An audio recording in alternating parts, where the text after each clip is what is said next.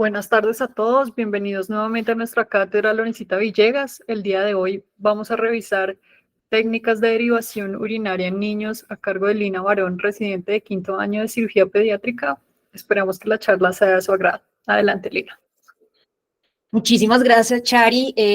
Pues nuevamente bienvenidos a todos a nuestra cátedra. El día de hoy, junto a mi tutora, la doctora María Lucía Porras, cirujana pediatra de la FUCS, y nuestro invitado especial, el doctor Jonathan Santafé, urólogo pediatra, vamos a hablar un poco acerca de las técnicas quirúrgicas más utilizadas para las derivaciones urológicas en los pacientes pediátricos. Entonces, recordar inicialmente pues, que la formación de la orina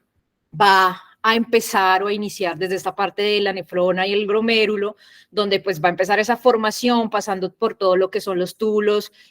colectores y llegando a la parte de los cálices menores, mayores, la pelvis renal, los uréteres, y posteriormente pues quedando en este reservorio que tenemos todos fisiológico, como es la vejiga. Entonces, antes de iniciar a hablar sobre las derivaciones, pues debemos saber qué es una derivación urinaria. Entonces podemos referirnos que es un procedimiento quirúrgico con el cual podemos crear una nueva forma para que la orina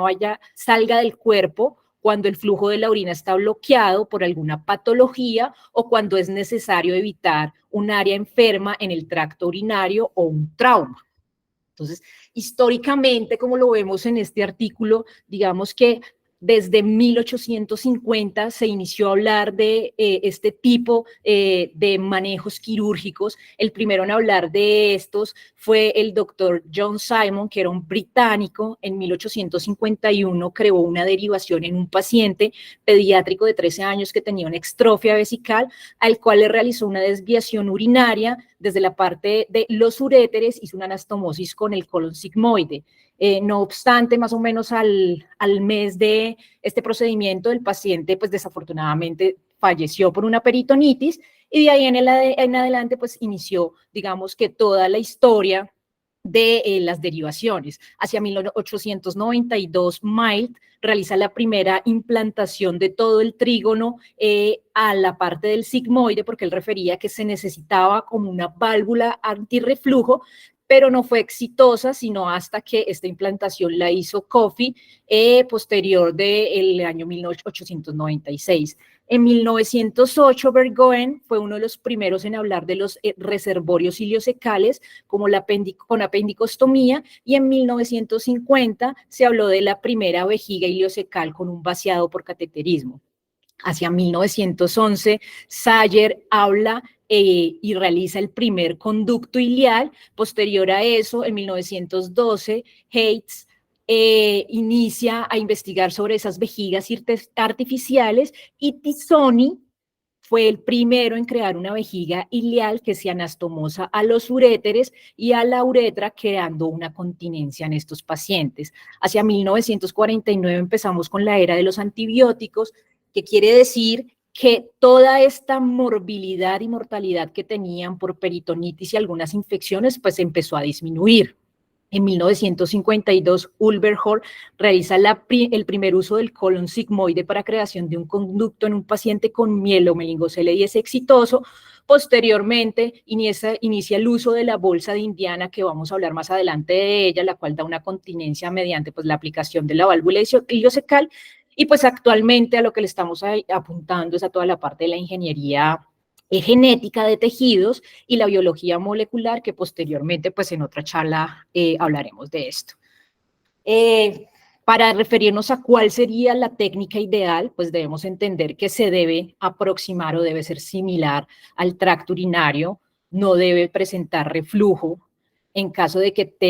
realicemos pues la vejiga, debe tener unas presiones bajas, debe conservar la continencia, no debe permitir la absorción de líquidos, debe tener un vaciamiento completo, una adecuada percepción para el paciente, que sea voluntario, y que para nosotros los cirujanos sea una técnica sencilla y que la podamos replicar. Indicaciones en realidad hay múltiples. En los pacientes pediátricos, las malformaciones del tracto urinario son las más frecuentes, lesiones funcionales de la vejiga, vejigas neurogénicas, lesiones tumorales como el rhabdomyosarcoma, y algunas afecciones inflamatorias están descritas como las cistitis hemorrágicas. Actualmente, en la base de la cirugía y de la parte de la urología reconstructiva, sabemos que pues, la reparación y el restablecimiento del curso urinario continente es importante para estos pacientes. Ya conocemos las propiedades viscoelásticas pues, de la pared intestinal y sabemos que al realizar una detubulización de ese tracto urinario, de ese tracto, perdón, intestinal, vamos a interrumpir esas fibras musculares y vamos a hacer una descoordinación de esas contracciones que normalmente tienen las asas, lo cual pues va a permitir que se realice una construcción de un reservorio que sea de bajo presión. Tenemos que saber que también es importante, desde el inicio del cateterismo limpio intermitente, pues todas estas técnicas han disminuido en realidad para realizarse. Podemos dividirlas en dos tipos de derivaciones, las continentes, las cuales vamos a presentar o vamos a tener un reservorio, y las no continentes, donde podemos decir que la salida de orina va a estar pues continua. Vamos a empezar a hablar de las derivaciones no continentes. Por escuela nosotros frecuentemente no realizamos nefrostomías, pero están descritas y quisimos también hablar un poco de ellas. Se iniciaron estas técnicas en los pacientes pediátricos hacia mediados del año 1980. Tienen indicaciones como es la obstrucción del tracto urinario congénita en estrecheces de la unión periureteral, entre otras, la compresión por masas intrínsecas o extrínsecas, la evaluación funcional en esos riñones que están hidronefróticos. Lo podemos utilizar como una derivación urinaria temporal en neuropatías obstructivas, dando pues un puente a las intervenciones más complejas. Entonces, recordar que en los pacientes pediátricos, pues siempre debemos tener en cuenta que la anestesia para ellos va a ser una anestesia general. Es importante saber que la piel y el riñón van a tener una gran proximidad, entonces va a facilitar pues el acceso a este sistema pelvical-isquial, y que en los recién nacidos la movilidad, y en los lactantes la movilidad del riñón pues puede hacer que sea una técnica que se realice con dificultad. Normalmente siempre nos vamos a utilizar o nos vamos a ayudar, perdón, de imágenes como lo son la ecografía o la guía fluoroscópica. Vamos a insertar, como lo vemos en el video de la derecha, una aguja que puede ser de 18 o 21 French, y posteriormente, bajo técnica pues, de Seldinger, vamos a insertar, la guía. Una vez tengamos la guía en la parte de la pelvis renal, vamos a hacer la inserción de nuestro catéter y retiramos la guía. Posterior a retirar la guía, vamos a conectarla, vamos a posicionarla y vamos a fijarla adecuadamente, porque sabemos que uno de los problemas que puede existir es que se salga, pues, o haya la dislocación del catéter, y la vamos a unir, pues, a una bolsa recolectora de drenaje. Los que utilizan más frecuentemente esta técnica en lo que estuvimos revisando son los turcos. Esta es una revisión de 2023, donde ellos querían evaluar pues, si el efecto del tamaño de la aguja tenía alguna alteración o alguna complicación más frecuente, y cuáles eran las tasas de éxito de estos pacientes. Es un estudio retrospectivo realizado desde 2012 hasta 2020, donde identificaron 51 pacientes que eran menores de 18 años. La patología más frecuente y la indicación más frecuente de estos pacientes eran estrecheces de la unión periureteral. La técnica en la punción, ellos refieren que la hicieron más frecuentemente la inserción hacia el polo inferior, y el tamaño de la aguja referían que 30 procedimientos los realizaron con agujas de calibre 21 y 41 procedimientos los realizaron con agujas de calibre 18. Valoraron los tipos de anestesia. Solo en 4 pacientes que en realidad eran adolescentes realizaron anestesia local, de resto todo fue anestesia general. La duración del catéter fue aproximadamente de 1 mes y medio, y las complicaciones retrospectivamente en realidad pues no eran significativas, referían a algunos hematomas y, como lo referí previamente, algunas dislocaciones o salidas del catéter, pues digamos que sin culpa por los pacientes, o por los pacientes. No hubo pues diferencias importantes en cuanto a lo que les referí previamente, de términos de edad, sexo, el grado de la hidronefrosis, que ellos la clasificaban por la Sociedad de Urología Fetal. Lo único que referían era que cuando eran grados de hidronefrosis 4 o mucho más altos, ellos preferían utilizar un calibre de aguja mayor para tratar de drenar, se puede decir que muchísimo mejor la orina, pero de resto no hubo diferencias significativas. En cuanto a la vesicostomía, que es otra de los tipos de derivaciones que tenemos no continentes, la primera vez que se habló de ella fue en 1960 por Lápides. Actualmente, por el cateterismo limpio intermitente, digamos que ha disminuido su uso, pero pues algunas de las indicaciones en alguna de las épocas eran esos pacientes que presentaban mielodisplasias o vejigas neurogénicas como una medida provisional, pacientes que presentaban hidronefrosis que empeoraba progresivamente con una función renal disminuida y reflujos vesicoureterales severos, o esos pacientes que presentaban valvas de uretra posterior cuando la cistoscopia pues no era imposible de realizar. La técnica más frecuente utilizada es la técnica de Blossom, que la vamos a ver en este videíto, donde pues para la recreación de esa vesicostomía vamos a comenzar realizando una incisión transversal de aproximadamente 2 centímetros en la línea media que va en medio del camino entre la sínfisis púbica y el ombligo. Posteriormente hacer la disección de toda la parte de los tejidos, vamos a separar los músculos rectos y, como lo vemos acá con estos SEM, vamos a tratar de empezar a exponer la vejiga. Ocasionalmente colocan unas suturas de tracción y posteriormente lo que se realiza es que vamos a rechazar, se puede decir que ese peritoneo hacia dirección cefálica para tratar de liberar la cúpula, y lo otro que debemos hacer es realizar la disección del uraco, como lo vemos aquí que lo están realizando. Una vez realicemos la disección del uraco, vamos a hacer un pinzamiento y vamos a hacer una ligadura que normalmente la hacen con una sutura absorbible, 3 ceros o 4 ceros. Entonces aquí vemos cómo realizan pues la ligadura y posteriormente realizan pues el corte del uraco. El cirujano acá hace una pequeña tracción y vemos cómo se mueve literalmente el ombligo, y donde estamos pinzando, entonces vamos a hacer en la parte anterior de la vejiga, con cercanía a lo que teníamos previamente del uraco, una incisión. Algunos refieren transversal, otros refieren que es una incisión longitudinal, hasta la identificación pues de la parte de la mucosa de la vejiga. Y una vez tengamos la identificación de esta, lo que vamos a realizar es que vamos a realizar unos puntos simples, perforantes totales, desde toda la parte de la vejiga, cogiendo la fascia, la piel, y estos puntos inicialmente pues van a ser unos puntos cardinales. Como complicaciones, digamos que podemos tener estenosis, que se han visto frecuentemente, dermatitis por contacto, y el otro problema que podemos presentar son prolapsos de la mucosa. Esos prolapsos de la mucosa se nos pueden dar cuando realizamos este tipo de técnica o esta vesicostomía muy baja, la parte inferior o la parte posterior, perdón, de la vejiga, digamos que se va a prolapsar pues por nuestro ostoma, creando pues estas lesiones exofíticas como lo vemos en la parte inferior derecha.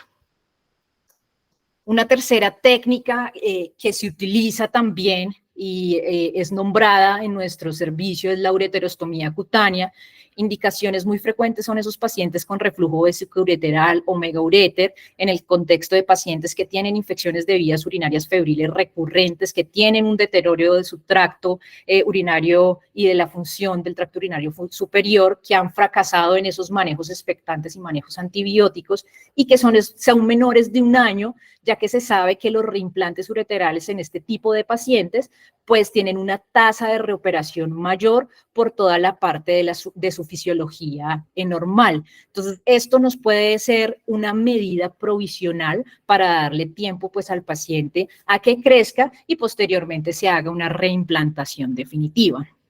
¿Cómo es esa técnica? A grosso modo, normalmente podemos hacer una incisión que es la incisión de Gibson modificada, como la vemos en la parte medial de la derecha, donde hacemos una incisión desde la espina ilíaca anterosuperior, pasamos por todo lo que es el ligamento inguinal hasta la espina de la sínfisis púbica y hacemos disección por planos. O el otro tipo de incisión que podemos realizar es el que nosotros conocemos sobre los pliegues de Langerhans, hacemos la exposición o la disección extraperitoneal. Lo que hacemos también es rechazar ese peritoneo asa medial y posteriormente vamos a identificar en pacientes pequeños la arteria umbilical, la cual vamos a ligar. Hacia la parte inferior, con cercanía a la vejiga, vamos a hacer la disección y a identificar ese uréter, el cual podemos, digamos que aquí podemos hacer diferentes técnicas. Una sería realizar una ureterostomía terminal,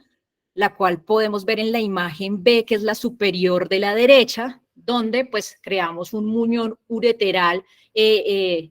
distal con una sutura absorbible y creamos el ostoma hacia el lateral con la parte del uréter proximal. Podemos también realizar ureterostomías en asa, en las cuales podemos realizar inicialmente, digamos que una tracción con fijación de puntos laterales, una incisión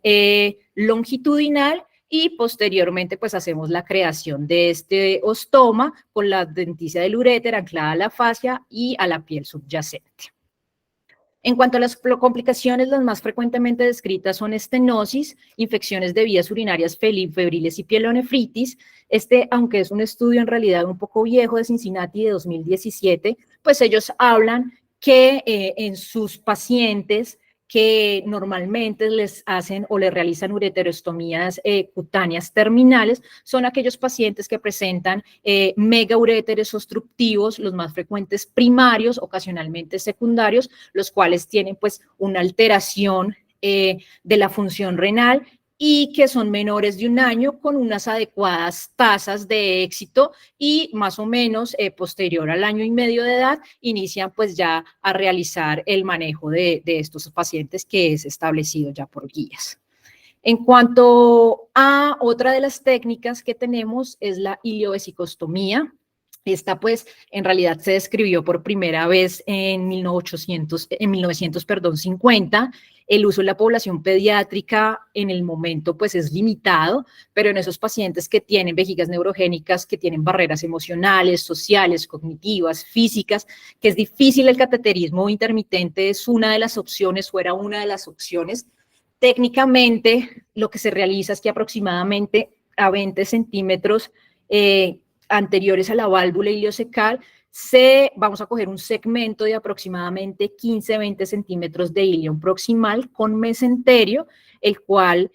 posteriormente vamos a llevar hacia la vejiga y realizamos una incisión en la vejiga en la parte anterior. El extremo proximal de ese segmento lo vamos a anastomosar a la vejiga y el extremo distal, como lo vemos en nuestro dibujito, se va a madurar en un estoma hacia la pared abdominal, posteriormente pues creándonos un conducto no continente. Complicaciones también de estos pacientes hay muchas, lo más frecuente y lo más agudo pueden ser ilios posoperatorios, infecciones de la herida, infecciones de vías urinarias posteriores. Recordar que como estamos utilizando el ilion, pues puede haber secreción de moco, pueden haber alteraciones también metabólicas, estenosis del ostoma y fuga ureteral, temporal. El seguimiento, pues, a largo plazo de estos pacientes es importante. Se dice que estos pacientes, cuando tienen mayor edad, pueden tener mayores complicaciones como son las estenosis o como es la obstrucción del asa mecánica y las complicaciones incluso se han visto asociadas al deterioro del tracto, incluso en un 60% de la función de estos pacientes. Una de las otras técnicas es el conducto ilial. Está indicado en esos pacientes que se les realiza cistectomía radical, sobre todo en pacientes adultos o pacientes con vejigas neurogénicas que tengan poco apoyo familiar, aquellos que tengan poca destreza manual, y los estudios en realidad en pacientes pediátricos han demostrado que las complicaciones se han visto en el deterioro de la función renal. Entonces, pues desafortunadamente tampoco se está utilizando pues mucho actualmente. La técnica, a grosso modo, lo que vamos a realizar es que de manera similar a como se realiza una iliovesicostomía o una cistoplastia de aumento, vamos a utilizar un segmento de ilion de aproximadamente unos 15-20 centímetros, los cuales la parte proximal, digamos que va a tener el mesenterio, Y en el extremo distal lo que vamos a hacer es que se van a anastomosar pues los uréteres nativos bilaterales y el extremo distal se va a madurar como un ostoma hacia la pared abdominal. Puede que la vejiga en ese momento, dependiendo de la patología que estemos manejando, se haga la extirpación de la vejiga o se puede incluso, refieren en algunos estudios, dejar in situ. Complicaciones, como ya lo referí, hilios posoperatorios, adherencias, obstrucciones intestinales, estenosis ureterales se han visto, pielonefritis y progresión del deterioro renal, como es descrito en este estudio en 2015 de los conductos que también son conocidos como conducto de Bricker en la población pediátrica, donde identificaron en el 29 de sus pacientes que valoraron retrospectivamente que la tasa de filtración glomerular inicialmente y seguida en el tiempo había disminuido incluso en el 44.8% de ellos, aunque no referían que diferencias significativas, pues digamos que es un punto bastante importante a tener en cuenta. Y lo que referían también es que el crecimiento de estos pacientes lineal se veía también afectado, incluso en un 41.4%, asociado a que el 85% de estos pacientes pues presentaban una mala calidad de vida. Ya para hablar de las derivaciones continentes, entonces vamos a empezar con lo que es la apendicovesicostomía de Mitrofanov. Se realizó por primera vez en 1980. Lo que se realiza es que con el apéndice secal hacemos pues una implantación de un tubo que es flexible dentro de un túnel submucoso realizado en la vejiga con un respaldo pues de un músculo firme, lo cual digamos que la presión durante el llenado vesical va a coaptar ese canal que es cateterizable y pues va a evitar las fugas y va a proporcionar una continencia en estos pacientes. Indicaciones también tenemos múltiples, las más frecuentes y descritas son pacientes con vejiga neurogénica, pacientes con extrofias vesicales, pacientes con obstrucciones incluso o valvas de uretra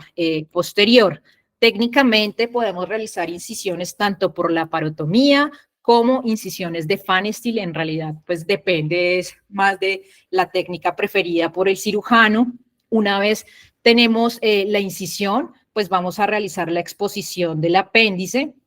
y literalmente vamos a hacer algo muy similar a una apendicectomía, pero dejando este meso apendicular que nos va a ayudar a dar la irrigación de este conducto. Ocasionalmente, cuando la longitud del apéndice es muy corta, incluso podemos realizar una sequectomía con una sutura mecánica, dejando también ese mesoapéndice que nos ayude a esa irrigación. Una vez tengamos pues este apéndice, se puede decir que hagamos la liberación del apéndice, entonces vamos a tratar de hacer una ubicación posterolateral hacia la vejiga y una vez lo tengamos aquí, pues vamos a hacer la unión de la punta, la vamos a anastomosar a la vejiga, aquí vemos el trígono vesical, quiere decir que esto está en la parte interna, y posteriormente vamos a hacer la creación de un puente submucoso, el cual pues vamos a cerrar y dejamos un segmento en realidad muy corto, el cual vamos a abocar, puede ser a la pared abdominal, o lo podemos abocar también al ombligo, pues depende también de la longitud. Aquí debemos estar en pendientes que pues no se nos vaya a entorchar este puente, que no nos vaya a quedar muy largo, porque posteriormente para cateterizar puede ser difícil. Laparoscópicamente también lo podemos realizar y hay varios estudios. Necesitamos o requerimos de 4 puertos, un puerto de 10 milímetros umbilical y 3 puertos más de 5 milímetros, 2 ubicados hacia los flancos y uno hacia la fosa ilíaca izquierda, como lo vemos en este videíto.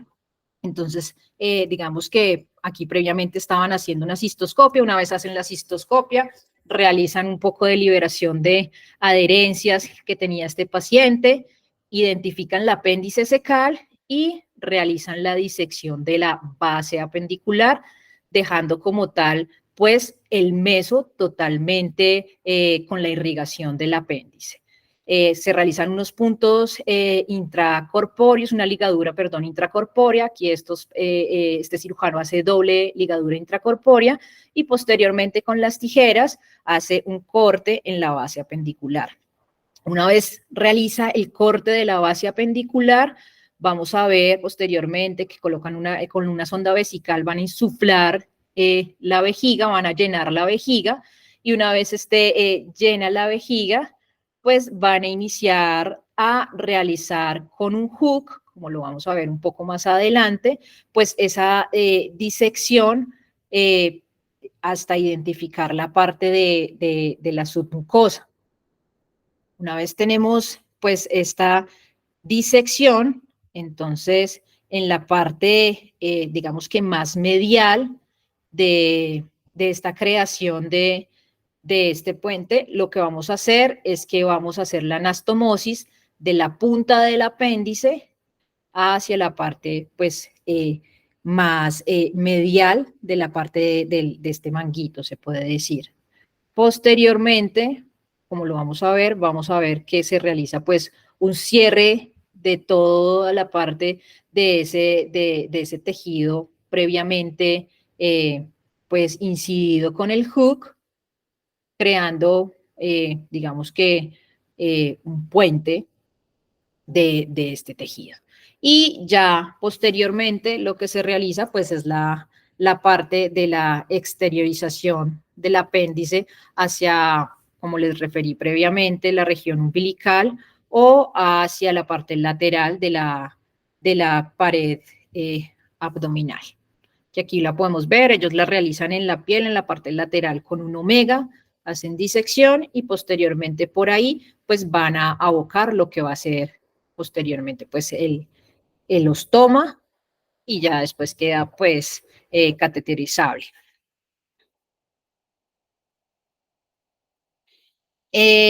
Quisimos revisar en realidad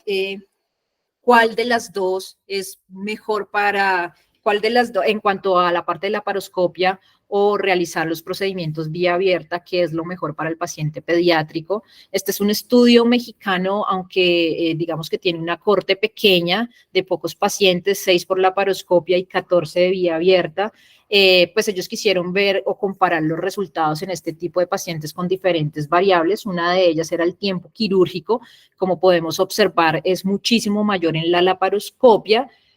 con diferencias incluso a veces significativas, pero ya valorándolo en la parte de sangrado, estancia hospitalaria, tiempo de la analgesia, tiempo que se quedan hospitalizados, en realidad ellos no tuvieron diferencias significativas. En algunos otros estudios refieren que el sangrado es menor por laparoscopia, que obviamente la estancia hospitalaria también, y que digamos que la modulación del dolor también para estos pacientes es muchísimo menor cuando utilizamos las técnicas por laparoscopia.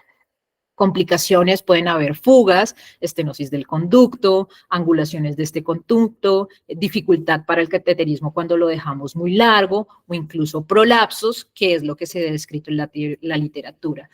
El procedimiento de Monti es uno también de los procedimientos que se realizan de las derivaciones continentes, en las cuales, digamos que lo único diferente a la apendicostomía de Mitrofanov es que aquí no se utiliza el apéndice secal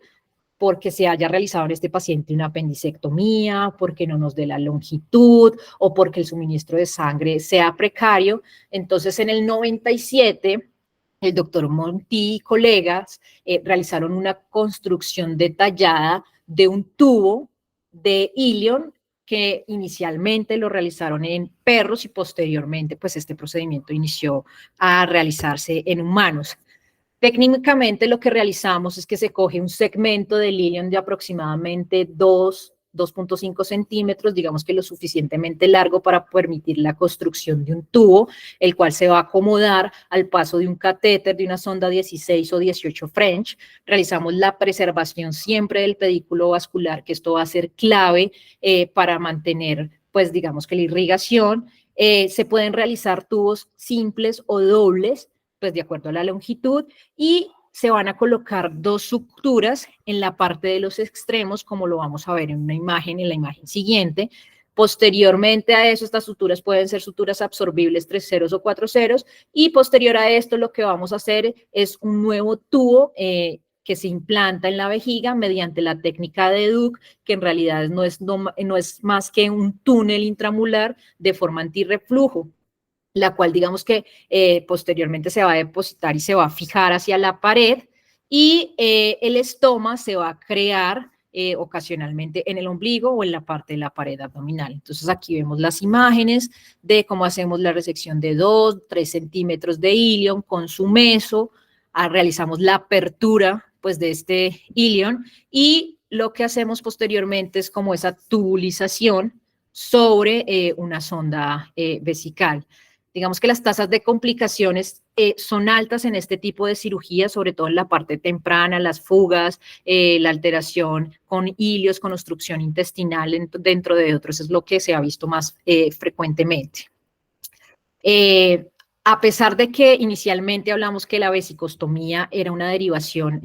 no continente,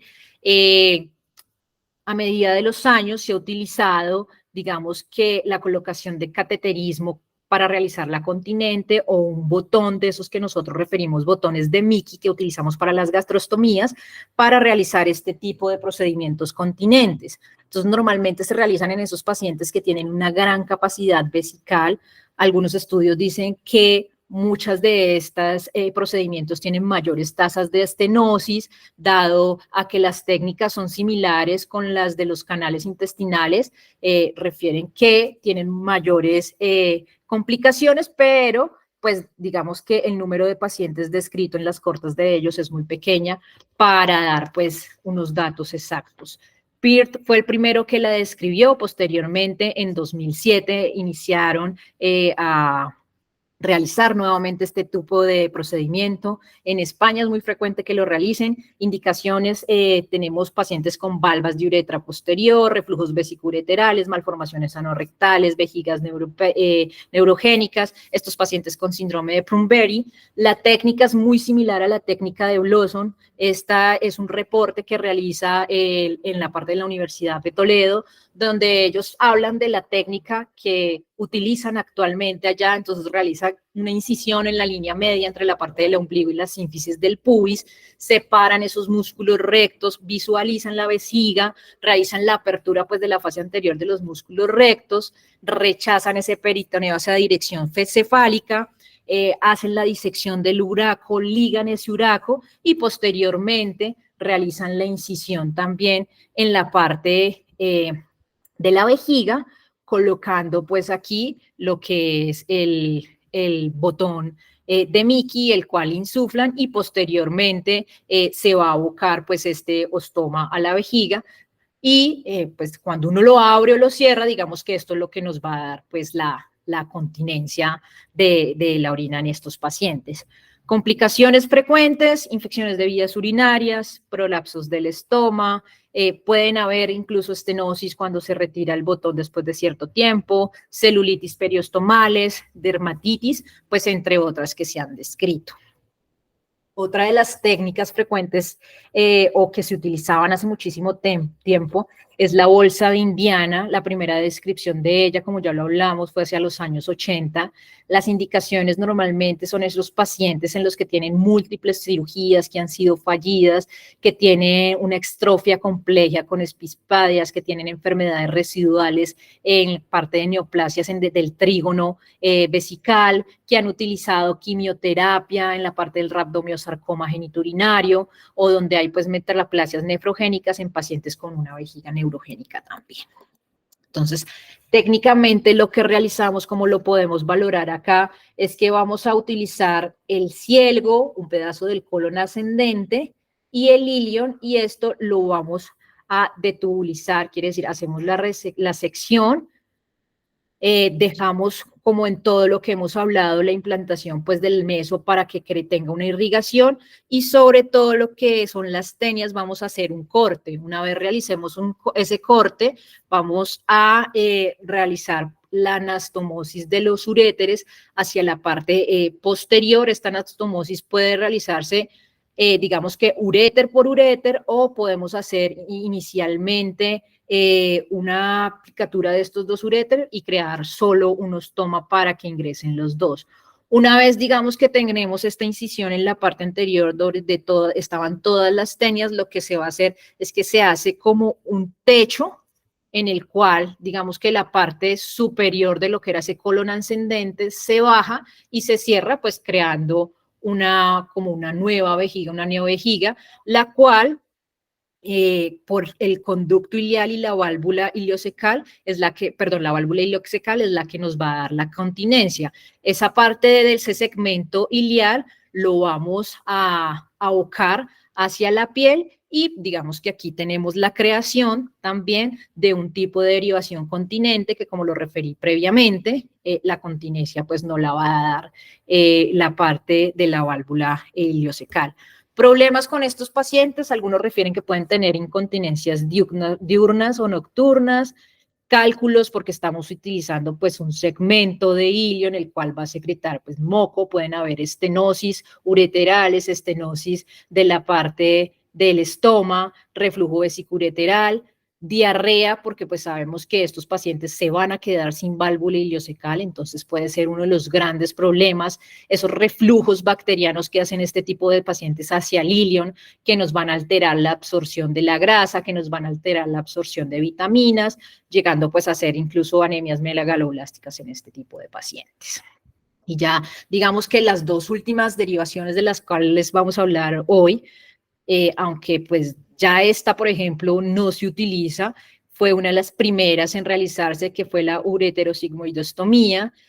Como ya lo referí previamente, pues el uso es muy bajo en Estados Unidos, digamos que ya no es popular. Sin embargo, pues es aconsejable conocerlo tanto para nosotros, la parte de cirugía pediátrica, como para los urólogos pediatras en formación, que fue pues una derivación que se utilizaba, pero pues dado a las complicaciones que se presentaban con los pacientes, pues digamos que actualmente no es la opción más viable. Técnicamente y en resumen lo que se realiza es que se utiliza pues el colon sigmoide como reservorio y vamos a ver cómo se anastomosan acá los uréteres y digamos que pues esto nos va a dar la continencia tanto para las heces fecales como para la orina. Problema y siempre tener en cuenta para estos pacientes es que se debe evaluar pues el esfínter anal mediante manometría, ya que esos pacientes que tienen alteraciones neurogénicas, no solo de la parte vesical, ocasionalmente también tienen de la parte intestinal, entonces digamos que pues no son los mejores candidatos para realizar este tipo de procedimientos. Complicaciones descritas, adenocarcinoma colorectal con tasas, según informan, llegan incluso al 15%. Hay algunos estudios que refieren que incluso puede aumentar 42 veces más la frecuencia que lo que presentan los pacientes, las personas normales, pues de carcinoma de la población general. Y en las revisiones, como esta revisión sueca, que en realidad es bastante viejita, de 25 pacientes, ellos refieren que de sus 25 pacientes se demostró adenocarcinoma colorectal en 7 pacientes y uno de ellos tenía un adenocarcinoma colorectal in situ. Entonces, pues es importante también pues saber esto. Ya en cuanto a la parte, para finalizar, vamos a hablar un poquito de la cistoplastia de aumento. Creo que esto es un tema bastante grande, vamos a tocarlo también en otra de las charlas de la cátedra, pero digamos que como para dar el toque final, esto también lo refieren que puede ser una de las derivaciones continentes. Entonces, pues está indicada en esos pacientes donde hay fallo médico del tratamiento, cuando hay disfunciones persistentes del tracto urinario, insuficiencias renales, pacientes que se van a llevar a trasplante, que tienen una capacidad alterada de la distensibilidad de la vejiga, que es bastante superior, y en esas vejigas que son muy pequeñas, perdón, de capacidad y que tienen altas presiones, en pacientes con espina bífida o que tienen disrafismos, importante recordar que se debe considerar la edad de los pacientes, el nivel de madurez y es muy importante también el sistema de apoyo. Entonces, las técnicas, como lo vimos previamente, se pueden utilizar ilion, se puede utilizar colon, se puede utilizar incluso tejido gástrico para la creación de ese aumento de la vejiga. Entonces, digamos que con el ilion, que es lo más frecuentemente utilizado en los pacientes pediátricos, nuevamente, más o menos son unos 20 centímetros de la unión de la válvula iliocecal, vamos a hacer una resección de aproximadamente 20-25 centímetros de ilion, con su meso, posteriormente, pues vamos a hacer ese cierre del meso, anastomosis terminoterminal ilioilial, y esos 25 centímetros de ilion, pues digamos que son los que vamos a dar como la parte del techo de la nueva vejiga que estamos realizando, y pues esto nos va a crear pues la ileocistoplastia. Como les referí, en adultos lo hacen con colon sigmoide, como lo podemos identificar en la imagen de la derecha. También está descrito con estómago, pero pues las complicaciones también ocurren de acuerdo pues al tejido que estemos utilizando. Entonces, si utilizamos un segmento gástrico, podemos identificar en estos pacientes alcalosis metabólicas severas, síntomas como letargia, debilidad, arritmias, para clínicos aumentada la aldosterona, podemos ver hipocalemias, podemos ver hipocloremia. En los pacientes en los que utilizamos yeyuno, acidosis metabólicas que sean hipoclorémicas e hipocalémicas, con náuseas, vómitos, deshidratación, con debilidad muscular. Se identifican pues alteraciones en la parte de la renina angiotensina aldosterona y los pacientes con utilización de segmentos de ilion y de colon vamos a identificar acidosis metabólicas hiperclorémicas donde vamos a tener también los electrolitos como el potasio bajo y el calcio bajo. Digamos que de cosas agudas que debemos tener en cuenta o perioperatorias, inmediatamente pues incluyen las fugas, que tengan ilios prolongados, que hayan complicaciones incluso respiratorias, obstrucciones intestinales, entre otras. Ya como para concluir, yo sé que es un tema bastante largo, son muchísimas las derivaciones, incluso tratamos de resumirlo bastante y dar como las más frecuentes, pues debemos de recordar que las derivaciones urinarias se realizan para un conjunto único de indicaciones en la población pediátrica. Normalmente, pues digamos que la necesidad de intervención quirúrgica ha disminuido debido a, pues, a los avances y al manejo expectante o al manejo médico de estos pacientes, pero sigue siendo pues una herramienta importante conocer. La técnica a elegir siempre debe buscar la continencia cuando estas derivaciones van a ser definitivas y pues estos pacientes en realidad requieren un seguimiento a largo plazo por un urólogo, por un nefrólogo, incluso por los cirujanos pediatras para asegurar pues la preservación de esa función renal, así como estar siempre pendientes de la parte de la monitoría regular de las diversas complicaciones asociadas pues a presentar o al tener una derivación urinaria. Muchísimas gracias a todos. Los dejo con mi instructora y posteriormente va a hablar un poco el doctor Jonathan, que es nuestro invitado especial.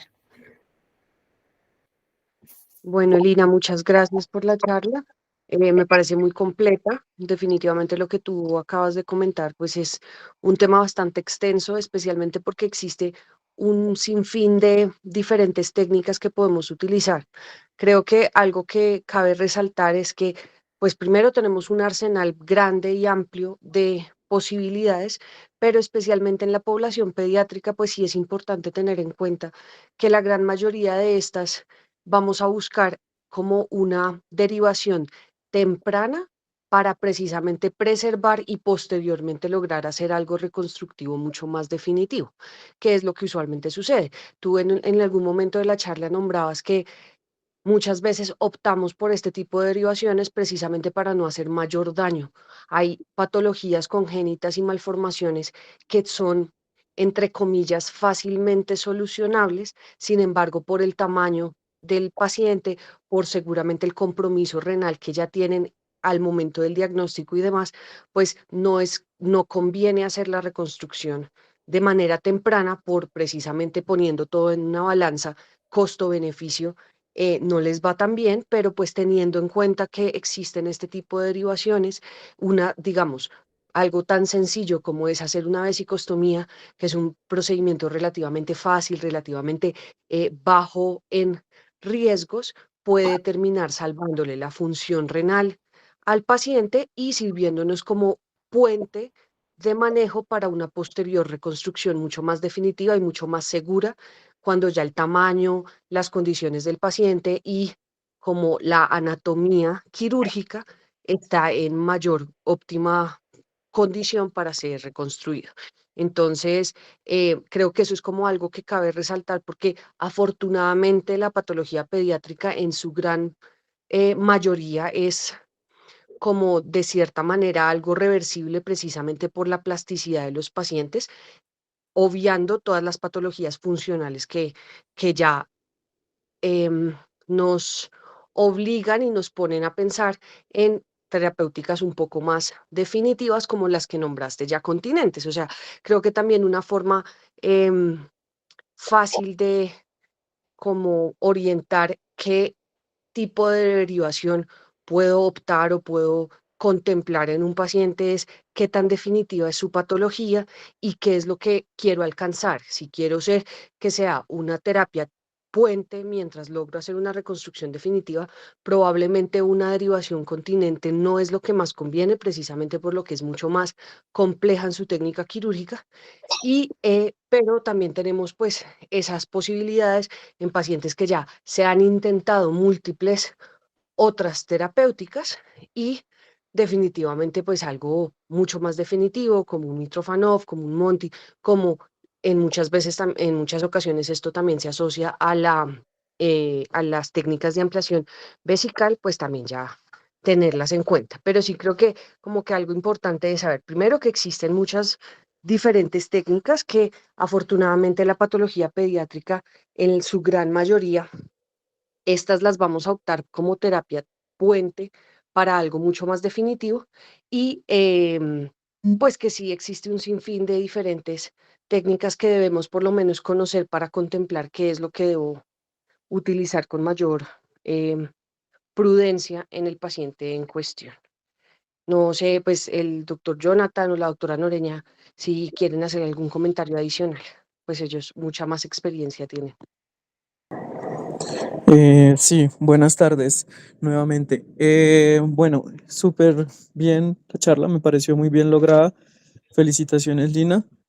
Eh, Diste como un panorama bastante sintetizado de lo que son pues las derivaciones urinarias en población pediátrica. Eh, Uno, un mensaje súper claro que debe quedar es que todos los pacientes deben, digamos, evaluarse muy bien y en función de la patología es cuando vamos a definir este tipo de derivaciones. Es súper claro que la principal patología por la cual nuestros pacientes al menos terminan con las derivaciones urinarias que pues típicamente son más radicales o definitivas, son patologías funcionales como los mielomeningoceles en la gran mayoría, superando el 70% y seguidos de otras patologías como valvas de uretra posterior, esos pacientes que de pronto con esas valvas llegan tardíamente y presentan una disfunción vesical con una vejiga de valvas, o pacientes que evolucionan tórpidamente con una vejiga neurogénica no neurogénica o síndrome de Hinman, y estos pacientes terminan pues obviamente con complicaciones tales como deterioro del tracto urinario superior e infecciones urinarias recurrentes que pues como consecuencia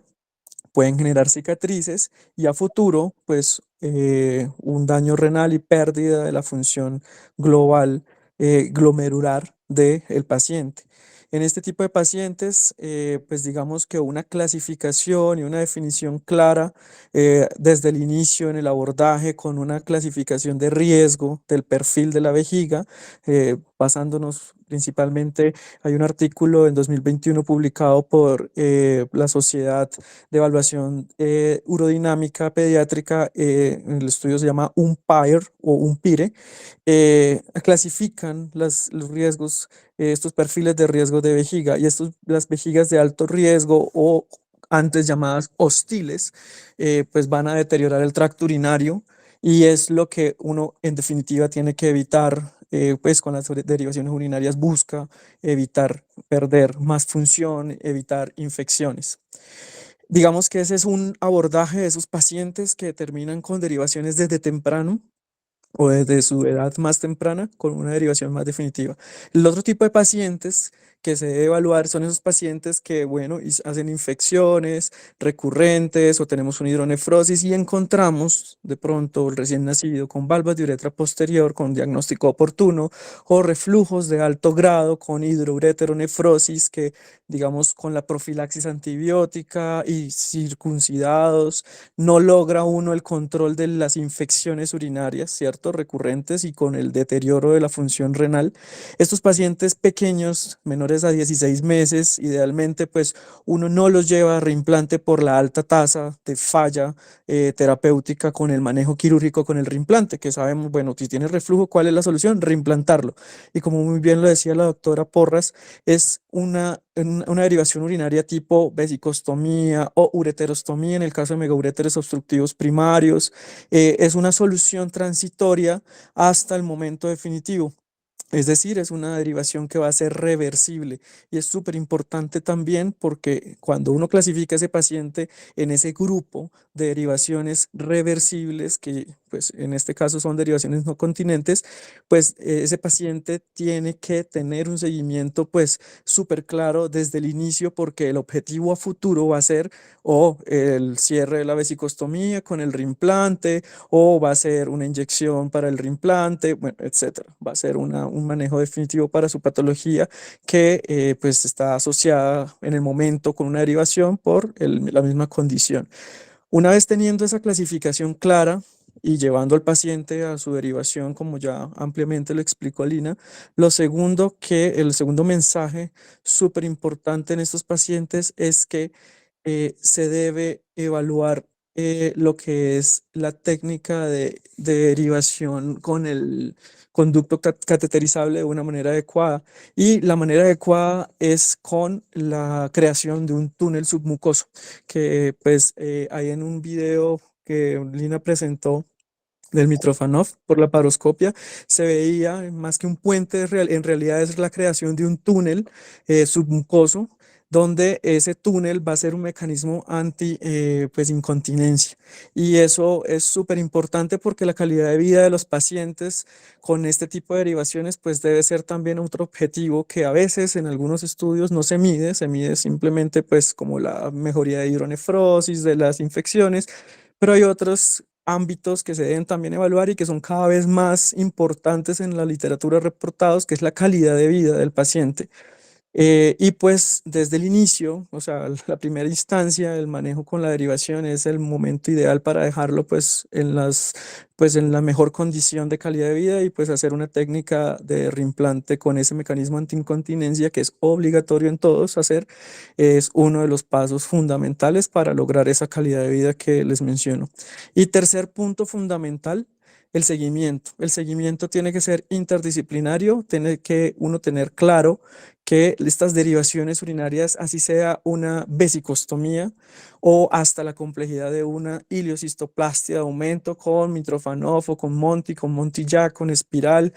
con cualquier tipo de derivación, tiene que tener un seguimiento porque las complicaciones, nada más cálculos urinarios, son hasta del 50% a 5 años. Infecciones urinarias recurrentes pueden ser hasta de un 15% a 20%.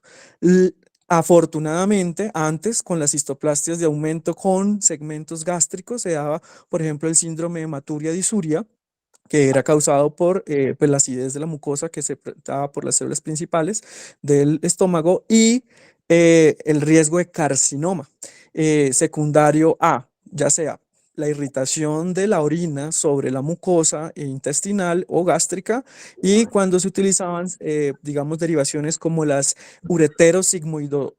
sigmoidostomías, que el paso de la orina generaba en esos pacientes se vio un perfil mayor de riesgo para hacer adenocarcinoma de colon. Entonces es súper importante y fundamental el tercer mensaje que quiero que quede como claro, el seguimiento, tanto por urología pediátrica, cirugía pediátrica, es súper fundamental